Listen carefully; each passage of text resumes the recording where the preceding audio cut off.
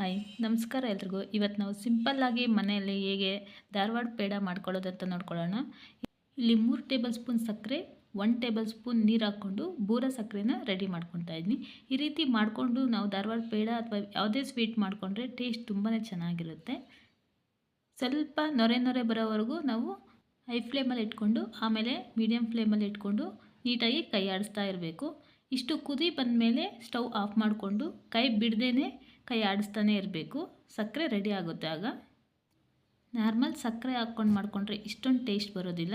ಈ ರೀತಿ ಸಕ್ಕರೆನ ರೆಡಿ ಮಾಡಿಕೊಂಡು ನಾವು ಹಾಕ್ಕೊಳ್ಳೋದ್ರಿಂದ ಸ್ವೀಟ್ ಇನ್ನೂ ಸ್ವಲ್ಪ ಚೆನ್ನಾಗಿರುತ್ತೆ. ಈ ರೀತಿ ಎಲ್ಲ ಸೈಡಲ್ಲೆಲ್ಲ ಬಿಟ್ಕೊಳ್ಳುತ್ತೆ. ಸ್ಟವ್ ಆಫ್ ಮಾಡಿಕೊಂಡೇ ನಾವು ಮಿಕ್ಸ್ ಮಾಡ್ಕೊಳ್ತಾ ಇರಬೇಕು. ಈಗ ರೆಡಿ ಆಗಿದೆ ಇದು ಆಲ್ಮೋಸ್ಟು.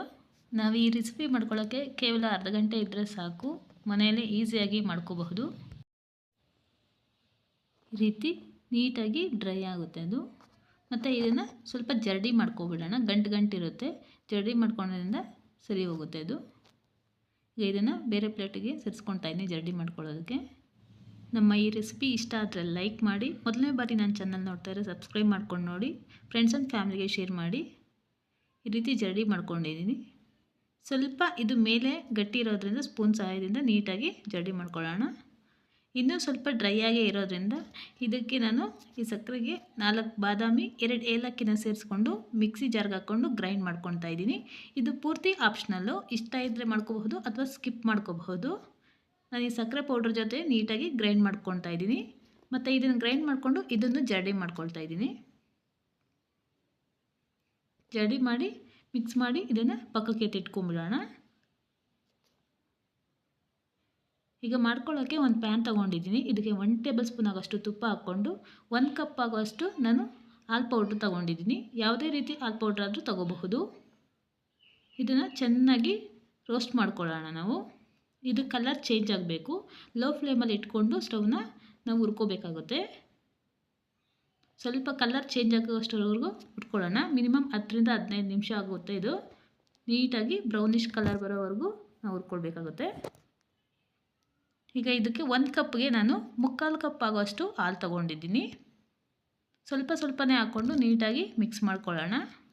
ಒಂದು ವೇಳೆ ಜಾಸ್ತಿ ಪೌಡರ್ ರೋಸ್ಟ್ ಆಗ್ತಿದೆ ಅಂದರೆ ಸ್ಟವ್ ಆಫ್ ಮಾಡಿಕೊಂಡು ಹುರ್ಕೊಳ್ಬೇಕಾಗುತ್ತೆ. ಈ ರೀತಿ ಸ್ವಲ್ಪನೇ ಆ್ಯಡ್ ಮಾಡಿಕೊಂಡು ನೀಟಾಗಿ ಮಿಕ್ಸ್ ಮಾಡ್ಕೊಳ್ಳೋಣ. ಒಂದೇ ಸರಿ ಹಾಕ್ಕೊಂಡ್ರೆ ತುಂಬ ಸಾಫ್ಟ್ ಆಗುತ್ತೆ. ಅದಕ್ಕೆ ಸ್ವಲ್ಪ ಹಾಕ್ಕೊಂಡು ನೋಡಿಕೊಂಡು ನಾವು ಮಾಡ್ಕೋಬೇಕಾಗುತ್ತೆ. ಈಗ ಕೈ ಬಿಡದೇ ಇದನ್ನು ಮತ್ತೆ ಒಂದು 10 ನಿಮಿಷ ಮಿಕ್ಸ್ ಮಾಡ್ಕೊಳ್ಳೋಣ. ಸ್ವಲ್ಪ ಗಟ್ಟಿ ಆಗಬೇಕು. ಅದುವರೆಗೂ ನೀಟಾಗಿ ಇದನ್ನು ಮಿಕ್ಸ್ ಮಾಡ್ಕೊತಾ ಇರೋಣ. ಸ್ಟವ್ ಲೋ ಫ್ಲೇಮಲ್ಲೇ ಇಟ್ಕೋಬೇಕಾಗುತ್ತೆ. ಕೈಗೆ ಹದ ಬರಬೇಕು.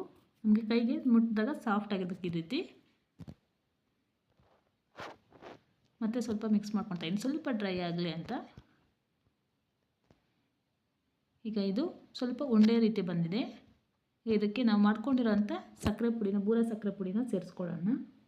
ನಾನಿಲ್ಲಿ ಪೂರ್ತಿ ಸೇರಿಸ್ಕೊಳ್ತಾ ಇಲ್ಲ, ಅರ್ಧ ಮಾತ್ರ ಸೇರಿಸ್ಕೊಳ್ತಾ ಇದ್ದೀನಿ. ನಮ್ಮ ರುಚಿಗೆ ಎಷ್ಟು ಬೇಕಾಗುತ್ತೋ ಸಿಹಿ ಅಷ್ಟು ಸೇರಿಸ್ಕೊಂಡ್ರೆ ಸಾಕಾಗುತ್ತೆ. ನೀಟಾಗಿ ಇದನ್ನು ಮತ್ತೆ ಮಿಕ್ಸ್ ಮಾಡ್ಕೊಳ್ಳೋಣ. ಸ್ಟವ್ ಆಫ್ ಮಾಡಿಕೊಂಡು ಮಾಡ್ಕೊಳ್ತಾ ಇದ್ದೀನಿ ನಾನಿಲ್ಲಿ. ನೀಟಾಗಿ ಮಿಕ್ಸ್ ಆಗುತ್ತೆ. ನಮಗೆ ಕೈಗೆ ಹಿಡಿ ಕಟ್ಟೋದಕ್ಕೆ ಹದ ಬಂದರೆ ಸಾಕಾಗುತ್ತೆ. ಈ ರೀತಿ ಬಂದಮೇಲೆ ನಾವು ಕೈಯಲ್ಲಿ ಯಾವ ಶೇಪಲ್ಲಿ ಬೇಕೋ ಆ ಶೇಪಲ್ಲಿ ಹಿಡಿ ಕಟ್ಕೊಳ್ಳೋಣ. ಈ ರೀತಿ ಮಾಡಿಕೊಂಡು ನಾವು ಮಾಡಿಟ್ಕೊಂಡಿರೋ ಬೂರ ಸಕ್ಕರೆಯಲ್ಲಿ ಮತ್ತೆ ಒಂದ್ಸರಿ ರೋಲ್ ಮಾಡ್ಕೊಳ್ಳೋಣ.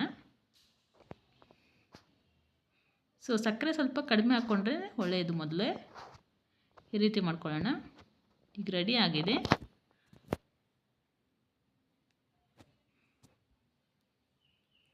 ಈ ರೀತಿ ಎಲ್ಲನೂ ರೆಡಿ ಮಾಡ್ಕೊಳ್ಳೋಣ.